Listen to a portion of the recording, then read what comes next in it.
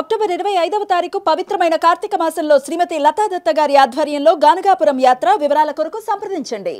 నమస్తే, welcome to Suman TV. నేను పద్మిని. ప్రస్తుతంతో పాటు ప్రముఖ ఆధ్యాత్మికవేత్త, దత్త ఉపాసకురాలు, శ్రీపాద శ్రీవల్లభ దత్తపీఠం వ్యవస్థాపకురాలు శ్రీమతి లతా దత్త గారు మనతో పాటు ఉన్నారు. మాట్లాడదాం. నమస్తే అక్క. నమస్తే రా అక్క, గానగాపురం యాత్ర చేయబోతున్నాము. అక్టోబర్ 25 కార్తీక మాసంలో, చాలా చాలా పరమ పవిత్రమైనటువంటి మాసంలో ఈ యాత్ర వైశిష్ట్యం ఒక్కసారి చెప్పండి. అంటే ఆ యాత్రకి వెళ్ళేటటువంటి పరిస్థితి అందరికీ ఉండేది ఉండదు. ఎందుకంటే ఆయన అనుజ్ఞ ఉంటే కానీ చేయనటువంటి పరిస్థితి. ఎందుకంటే ఇవాళ రేపు చాలా ఫేమస్ అయిపోతుంది. కానీ మనం 2 ఏళ్ల క్రితం చేసినప్పటికీ, అంటే అప్పటికి ఇప్పటికి బోల్డంత తేడా, చాలా తేడా ఉంది. అప్పటికి ఇంకా గానగాపూర్ అంటే ఎవరికి తెలియదు. ఎక్కడ గానగాపూర్ అని అడిగేవారు. ఇప్పుడు చాలా మందికి కూడా గానగాపూర్ అంటే తెలుసు. గానగాపూర్ యాత్రకి వెళ్దాం అనుకుంటాం. అయితే ఇక్కడ ఇంకోటి కూడా ఉంది పద్మిని, చెప్పండి. గానగాపూర్ యాత్రకి వెళ్దాం అనుకుంటున్నాం, వెళ్ళలేకపోతున్నాము. స్వామి మాకు పర్మిషన్ ఇవ్వట్లేదు. గురుచరిత్ర బుక్ తెచ్చి పెట్టుకున్నాము, చదవలేకపోతున్నాము అని అంటే దత్తాత్రేయ స్వామి అందరికీ అంత సులభంగా పరిచయం అవ్వరు. దత్త అనే నామం పలకాలంటే ఎన్నో జన్మల అదృష్టం ఉండాలి. ఒక్కసారి దత్త అని నీ నోటి వెంట పలికావు అని అంటే ఆయన నిన్ను దత్తం చేసుకుంటారు. అలాంటి అద్భుతమైన ప్రయాణమే దత్తాత్రేయ విధానం. దత్తాత్రేయ విధానంలో స్వామి చెప్పేది ఏంటంటే, ఎవరైతే ఈర్ష, అహంకారం, ద్వేషపరులు ఉంటారో వాళ్ళకి అక్కడ చోటు ఇవ్వరు దత్తాత్రేయ స్వామి. ఎవరు కుళ్ళు కుతంత్రాలతో ఇలా ఉంటూ ఉంటారో వాళ్ళకి కూడా దరిచేరనివ్వరు దత్తాత్రేయ స్వామి. ఎవరికైతే సేవాభావం లేదో, ఎవరికైతే మూర్ఖత్వం ఉంటుందో, ఎవరైతే అసభ్య పదజాలం వాడతారో, ఎవరైతే ఒకరిని విమర్శిస్తూ ఉంటారో, ఎవరైతే ఒకరి వెనక గోతులు తవ్వుతూ ఉంటారో, ఎవరైతే ఒకరిని అనవసరంగా హింసిస్తూ ఉంటారో, లేదా హత్యలు చేసేవాళ్ళు, వీళ్ళందరినీ స్వామి దరిదాపుల్లో రానివ్వరు. ఒకవేళ వచ్చినా దాన్ని పట్టి పీడిస్తారు. ఎందుకు అని అంటే దీనికి ఒక కథ ఉదాహరణ కూడా ఉంది. ఒక రాజుగారు ఉండేవారట. ఆ రాజుగారు శ్రీపాద వల్లభుల్ని దూషించారు. ఆయన భగవంతుడు, ఆయన కావాలని దూషించలేదు. ఆయన దగ్గర ఉండే వాళ్ళందరూ కూడా గర్విష్ఠులు. వాళ్ళంతా రాజుగారికి లేనిపోనివి నూరిపోసి శ్రీపాద వల్లభులు అసలు దేవుడే కాదు, భగవంతుడే కాదు అని చెప్పి, ఈ రోతగాళ్ళు ఎప్పుడు ఉంటూనే ఉంటారు. అప్పటి నుంచి కూడా భౌతికంగా స్వామి వచ్చినప్పటికీ ఆయన లేడు, ఈయన లేడు, ఆయన దేవుడు కాదు అని అనేవాళ్ళు ఎప్పుడు ఉంటారు. ఇది శ్రీపాద శ్రీవల్లభ చరిత్రలో ఉన్న అధ్యాయం నేను చెప్తున్నాను. అలా అన్నారు. అలాంటి వర్గం అందరూ ఉండి వాళ్ళంతా కూడా భగవంతుడు ఎదురుగా ఉంటే భగవంతుడిని గుర్తించకుండా దత్త చరిత్ర పారాయణం చేస్తారు. పెద్ద పెద్ద పారాయణాలు, పెద్ద పెద్ద హోమాలు నిర్వహిస్తూ ఉంటారు దత్తాత్రేయ స్వామి. అసలు ఆ దత్తాత్రేయ స్వామి పారాయణాలు జరుగుతుంటే ఇంకా ఘోరంగా భూత ప్రేత పిశాచాలు వచ్చి పట్టుకుంటూ ఉంటాయి. ఇదేంటి అసలు, అది అక్కడ ఉంటారు కదా, ఆయన పక్కన ఉండే వాళ్ళు ఉంటారు. ఒక్కొక్కరికి ఒక్కొక్క సలహాదారులు కాకుండా పూజలు చేయించే యాజ్ఞికులు వీళ్ళంతా కూడా ఉంటారు కదా. అందరూ కూడా పౌరోహిత్యం చేసే వాళ్ళు ఉంటారు రాజుగారికి ఆస్థానంలో. అలా వాళ్ళు చెప్పి పారాయణం చేస్తూ ఉంటే అందరికీ కూడా ఈ పీడ పట్టుకుని పీడిస్తూ ఉంటుంది. అయితే వీళ్ళు చాలా బాధలు పడుతూ ఉంటారు. వాళ్ళకి అర్థం కాదు ఎందుకో, ఇంకా చేద్దామని ఎంత తీవ్రంగా వాళ్ళు చేస్తుంటే అంత తీవ్రంగా సమస్యలేంటి అసలు చాలా ఘోరాలు. అసలు ఇంట్లో నీ పరిస్థితి కూడా దిగజారిపోతుంటుంది వాళ్ళందరికీ. రాజుగారికి అయితే వేరే రకంగా ఉంటుంది. రాజుగారి కొడుకు మూర్ఛ వచ్చి పడిపోతాడు. తర్వాత ఆయనకి భూత ప్రేత పిశాచ కలలు వస్తూ ఉంటాయి. రాజ్యంలో మొత్తం అల్లకల్లోలం అయిపోతూ ఉంటుంది. అసలు వీళ్ళందరికీ కూడా ఇబ్బందులు, ప్రజలందరూ కూడా ఇబ్బందులకు గురైపోతూ ఉంటారనమాట. అప్పుడు మళ్ళీ వచ్చి చెప్తారు. అంటే ఏమనంటే, అక్కడ ఉన్న సాక్షాత్తు భగవంతుడిని ఆయన నిందించాం. శ్రీపాదులు వారు చెప్తారు, ఇక్కడ నేను భగవంతుడిని కూర్చొని ఉంటుండగా ఎక్కడెక్కడో వెతుక్కొని నువ్వు నా కాళ్ళకి మేకు దిగకొట్టి మళ్ళీ నన్ను దేవుడు కాదని నన్నే పట్టుకొని నువ్వు పారాయణం చేస్తే నీకు ఎలా జరుగుతుంది అని స్వామి కల్లోకి వచ్చి చెప్తారు. వచ్చి నువ్వు క్షమాప్రార్థన చేసుకుని ప్రాయశ్చిత్తం చెప్పుకుంటే గానీ ఈ ఆపద నుంచి నువ్వు బయటపడవు అని. ఎందుకు ఈ ఉదాహరణ చెప్తున్నా అంటే, చాలా మంది పారాయణాలు చేసేస్తాము, తప్పులు చేసేస్తాం. మేము ఒకరిని దూషిస్తాము, ఒకరిని పనికిరాదు ఇంకా అది, అంతే కదా, అపహరణ చేస్తాము. నీలో ట్రాన్స్ఫర్మేషన్ ఉంటేనే నీకు గానగాపూర్ యాత్ర ఫలిస్తుంది. నీకు గురుచరిత్ర పారాయణము, ఆ గ్రంథ మహత్యము అసలు ఫస్ట్ తెలుసుకొని నువ్వు పారాయణం చేయాలి. గురుచరిత్ర గ్రంథాన్ని పట్టు వస్త్రంలో పెట్టుకోవాలి. పసుపు కుంకుమ అక్షింతలతో పూజించాలి, అష్టోత్తరం చదువుకొని పారాయణం మొదలు పెట్టాలి, దక్షిణ వేసుకొని మొదలు పెట్టాలి. పారాయణం అయిన తర్వాత 11 మంది కంపల్సరీ భిక్ష చేయాలి. అందరు పారాయణాలు చదువుతున్నారు, ఈ భిక్ష చేయట్లేదు. స్వామి వచ్చి నీ భిక్ష స్వీకరించాలని అనుకుంటున్నావా లేదు, మాకు తెలియదు, మేము పారాయణం చదివాం. ఎలా చదువుతున్నావు? కోరికతో చదువుతున్నావు. ఇవన్నీ కూడా జరుగుతున్నాయి పద్మిని. అందుకే దత్తాత్రేయ స్వామిని పట్టుకోవాలి అంటే ఆయన అనుగ్రహం ఉండాలి. అందుకే లక్షల మంది ఉంటే అందులో వేల మందికి మాత్రమే ఆయన కృప ఉంటుంది. స్వామి కూడా చెప్తారు, 1000 మంది నా శిష్యులు నా భక్తులు ఉంటే అందులో సరైన వాళ్ళు ఒక్కరే ఉంటారు, ఒక్కరో ఇద్దరే అని చెప్తారు. దత్తాత్రేయ స్వామి ఇంకొక్కసారి కరుణించడం మొదలు పెడితే ఆ ఒక్కరిని ఎక్కడి వరకు తీసుకెళ్తారో కార్తీక వీరాజుడే మనకి ప్రత్యక్ష నిదర్శనం. ఖచ్చితంగా. సో అంతటి మహిమాన్వితమైనటువంటి క్షేత్రం. ఖచ్చితంగా కోరిక ఏదైనా ధర్మబద్ధమైనటువంటి కోరిక అయితే ఖచ్చితంగా స్వామి నెరవేరుస్తారు. అది సంతానం కోసమా, ఇల్లు కోసమా, పెళ్లి కోసమా, అలాగే ఎలాగో భూత ప్రేత బాధలతో ఇబ్బంది పడుతున్న వాళ్ళు కూడా స్వామి దర్శనం చేసుకుంటారు. సంతానం కోసం వచ్చిన వాళ్ళకి ఎంతో మంది సంతానం కలిగారు, ఎంతో మంది దంపతులకి. ఎవరైతే వచ్చి అంటే భక్తి శ్రద్ధతో స్వామి ఉన్నారు అక్కడ నమ్మకంతో చేసిన వాళ్ళకి 5 పౌర్ణమిలు వెళ్ళి నిష్టగా అంటే స్వామిని కొలుచుకున్న వాళ్ళకి సంతానాన్ని ఇచ్చారు. ఆరోగ్యం లేని వాళ్ళకి, తీవ్రమైన ఆరోగ్య సమస్యలతో ఉన్న వాళ్ళకి ఆరోగ్యాన్ని ప్రసాదించారు.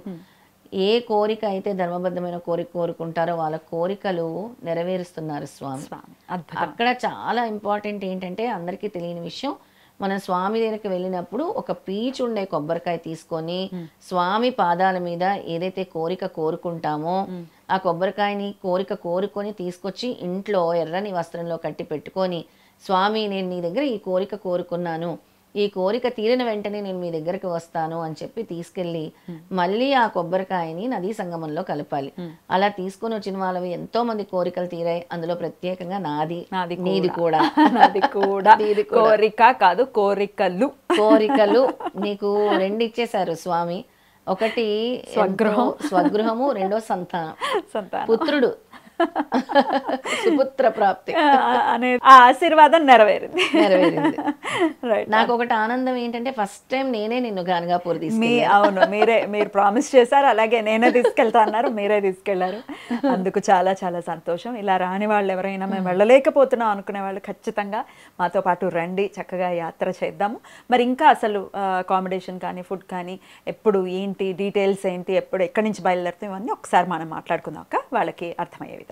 ఆ డీటెయిల్స్ ఒకసారి చెప్పండి అక్క. తప్పకుండా. అక్టోబర్ 25 శనివారం ఉదయాన్నే 7 గంటలకి స్టార్ట్ అవుతామంటే 6:30 వరకు 6:30 వరకు మన శ్రీపాద శ్రీవల్లభ దత్తపీఠంకి వచ్చేస్తే అక్కడి నుంచి బయలుదేరుతాము. అది హైదరాబాద్ నిజాంపేటలో ఉంది, కూకట్పల్లి దగ్గర. అవును, హైదరాబాద్ నిజాంపేటలో శ్రీపాద శ్రీవల్లభ దత్తపీఠం ఉంది. గూగుల్లో కూడా వచ్చేస్తుంది ఇప్పుడు అడ్రస్, ఎవరు చూసుకున్నా కూడా.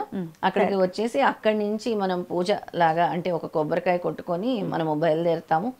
అక్కడి నుంచి మొదలు బ్రేక్ఫాస్ట్ మనమే ప్రొవైడ్ చేస్తాము, లంచ్ ఇంకా డిన్నర్, వెళ్ళి వచ్చే వరకు భోజన సదుపాయాలు, అకామిడేషన్, అక్కడ దర్శనాలు కూడా మనమే చేస్తాం. అక్క బస్లోనే ఉంటుంది అక్క యాత్ర?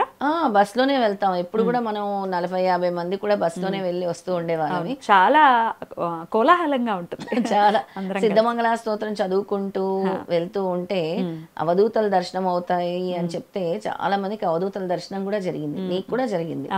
అందులో స్వామి తప్పకుండా మన దించి దక్షిణ అడుగుతారు, ఒక్కోసారి భిక్ష అడుగుతారు, ఒక్కోసారి చాలా ఆశ్చర్యంగా అనిపిస్తుంది. చాలా అంటే ఇట్ ఈస్ సైన్స్ అని చెప్పలేం కానీ సైన్స్కి మించిన మ్యాజికల్ పవర్ ఇక్కడ ఉంది. రైట్. అయితే ఖచ్చితంగా బస్లోనే వెళ్తాం. బస్లో వెళ్ళినంత సేపు కూడా సిద్ధమంగళ స్తోత్రం ఏమైనా జపిస్తా అంటే ఆ పారాయణ ఏమైనా ఉంటుందా? సిద్ధమంగళ స్తోత్రం ఉంటుంది, మన నామస్మరణ కూడా మనం చేస్తూ వెళ్తాం, రెండు కూడా. అంటే ప్రతిసారి వెళ్ళినప్పుడు ఇంత సంఖ్య అని పెట్టుకుంటాం పద్మిని, ఇన్నిసార్లు, ఒక్కోసారి 10,000 సార్లు, ఒక్కోసారి 2498 టైమ్స్. ఎందుకంటే 2498 గురించి స్వామి చెప్పారు కదా, అలా అనుకుంటాం. ఇంకా దోచౌపాతి దేవలక్ష్మి ఘన సంఖ్యాబోధిత శ్రీచరణ. కరెక్ట్.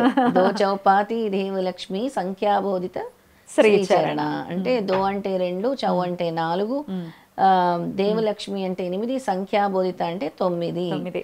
ఇది చాలా వండర్ఫుల్ నెంబరు. దీని గురించి స్వామి చెప్పారు, అది మరొక ఎపిసోడ్లో మనం మాట్లాడుకుందాం. సో ఇప్పుడు ఏమైనా సంఖ్య అంటే ఇన్నిసార్లు చేయించడం అందరి చేత సిద్ధమంగళ స్తోత్రం ప్రయాణంలో ఏమైనా ఉందా? 2498 టైమ్స్. 2498 అద్భుతం.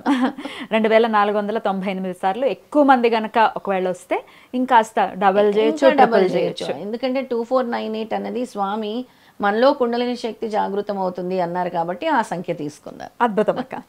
తర్వాత అష్టతీర్థాల్లో కూడా మరి స్నానాలు ఇవన్నీ ఉంటాయి. ఇంకా గాన్గాపురంలో మనం ముఖ్యంగా చేయవలసినవి ఏమిటి అని అంటే అష్టతీర్థాలు, అలాగే భీమా అమరజ నదీ స్నానము, ఔదంబర వృక్షం ప్రదక్షిణాలు, అక్కడ గురుచరిత్ర పారాయణము, మిట్ట మధ్యాహ్నం 12ంటికి స్వామి ప్రతిరోజు భిక్ష స్వీకరించడానికి వస్తారు, భిక్షా కార్యక్రమము, పల్లకి ఉత్సవము, మర్నాడు ఉదయాన్నే అభిషేకాలు జరుగుతూ ఉంటాయి.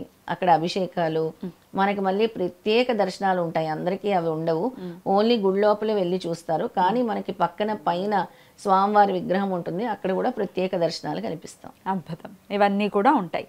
సో వాళ్ళ ఏమేమి తెచ్చుకోవాల్సి ఉంటుంది? మన వాళ్ళు ఏం లేదు, వాళ్ళ బట్టలు తెచ్చుకోవాలి. ఎక్కువ పసుపు రంగు వస్త్రాలే నేను చెప్తాను. ఎల్లో, ఎందుకంటే మనకు గురువు అనుగ్రహం కావాలి అంటే పసుపు రంగు దుస్తులు ధరించాలి. తొందరగా గురువు యొక్క కృప లభించాలన్నా కూడా ఆ స్పిరిచువల్ ఎనర్జీని అట్రాక్ట్ చేసేది ఎల్లో కలర్, అందుకే ఎల్లో వస్త్రాలని చెప్తాను. అలాగే వాళ్ళకి సంబంధించిన ఏవైనా టాబ్లెట్స్ చాలా మోస్ట్ ఇంపార్టెంట్, అవి క్యారీ చేయండి. మీతో పాటు షుగర్ ఉన్న వాళ్ళు కొంచెం చిన్న చిన్న స్నాక్ లా పెట్టుకోండి మీ దగ్గర, ఎమర్జెన్సీకి అని చెప్తూ ఉంటాము. ఒక టవల్, ఒక బెడ్షీట్ కంపల్సరీగా క్యారీ చేయాలి వాళ్ళతో పాటు. రైట్. సో ఇవన్నీ అంటే గురుచరిత్ర బుక్ మెయిన్ గా, గురుచరిత్ర బుక్ కూడా తెచ్చుకోవాలి. తెచ్చుకోవాలి. వాళ్ళ దగ్గర లేకపోతే మన పీఠం నుంచి ఏమైనా ఇస్తారా? ఇద్దాం, మన పీఠం నుంచి ఇద్దాం. లేవు అనుకున్న వాళ్ళకి మన పీఠం నుంచి గురుచరిత్ర పుస్తకాన్ని అందజేద్దాం. లాస్ట్ టైం నాకు బాగా గుర్తక్క, మనం వెళ్ళినప్పుడు మీరు ఔదంబర వృక్షం దగ్గర మీరు పారాయణాలు కూడా చేయించారు. అంటే ఎవరెవరి బాధలకి సంబంధించి రకరకాల బాధలు అనివార్యం కదా, అందరికీ ఉంటాయి కదా, దాని రిలేటెడ్ గా ఏ అధ్యాయం ఖచ్చితంగా అక్కడ చదవాలి అనేది చేయించారు. అది కూడా ఉంటుందా? ఖచ్చితంగా ఉంటుంది పద్మిని. ఎందుకంటే వాళ్ళ సమస్యకి సంబంధించి ఏ అధ్యాయం చదువుకోవాలని కూడా స్వామి చెప్పారు. దాన్ని నేను చెప్తూ ఉంటాను. సంతానం కోసమైతే ఈ అధ్యాయం చదవండి, ఆరోగ్యం కోసమైతే ఈ అధ్యాయం చదవండి, ఉద్యోగం కోసమైతే ఈ అధ్యాయం చదవండి అని చెప్పి వాళ్ళందరి చేత కూడా సామూహిక గురుచరిత్ర పారాయణము కూడా చేయిస్తారు. ఎక్కడ? గానగాపురంలో. నిజాంపేటలో మనం మొదలవుతాం కాబట్టి మళ్ళీ దింపటం కూడా అక్కడైనా మళ్ళీ మన దత్తపీఠం దగ్గర డ్రాప్ చేస్తాం, అక్కడి నుంచే డిస్పోజ్ అయిపోవాలి. రైట్. అది ఆదివారం రాత్రి అవుతుంది. ఆదివారం రాత్రి ఎంత అవుతుందని అంటే మీరు బయలుదేరే దాన్ని బట్టి ఉంటుంది. 10-11 మధ్యలో. మరీ లేట్ అయిపోతే మన పీఠంలో నిద్రించి నెక్స్ట్ డే మన పీఠంలో నిద్రించవచ్చు, మర్నాడు ఉదయాన్నే వెళ్ళొచ్చు. అలాగే దూర ప్రాంతాల నుంచి వచ్చే వాళ్ళు మన పీఠంలోనే ఫ్రెష్ అప్ అవ్వచ్చు, అక్కడే ఉండి అక్కడే ఫ్రెష్ అప్ అయి బయలుదేరవచ్చు. రైట్. వేరే ఊర్ల నుంచే వస్తున్నారు అనుకుంటే గనక మీరు సాటర్డే ఎర్లీ మార్నింగ్ కనుక వచ్చేస్తే చక్కగా పీఠంలోనే మీరు ఫ్రెష్ అప్ అయిపోవచ్చు. లేదండి 7 o'clockకి బస్సు రీచ్ అవ్వదు అనుకుంటే ఫ్రైడే కల్లా మీరు వచ్చేసేయండి హైదరాబాద్కి. ఫ్రైడే నైట్ కల్లా, ఫ్రైడే నైట్ రాత్రి కూడా పీఠంలోనే ఉండొచ్చు స్వామి సమక్షంలో. స్వామి దగ్గర ఉండటం కూడా అదృష్టం రాసి పెట్టుండాలి ఖచ్చితంగా. అలా అదృష్టవంతుల్ని మాత్రమే స్వామి పిలుచుకుంటారు గానగాపురం. అద్భుతం అక్క. మరిన్ని డీటెయిల్స్ కోసం లత గారి నంబర్ మీకు కనపడుతుంది కదా, ఆ నంబర్కి కాల్ చేయండి, మరిన్ని డీటెయిల్స్ తెలుసుకోండి. ఈ యాత్ర ఎప్పటిలాగానే దిగ్విజయం అవ్వాలని మనస్ఫూర్తిగా కోరుకుంటూ కృతజ్ఞతలక్క. నమస్తే. జై గురుదత్త. శ్రీ గురుదత్త.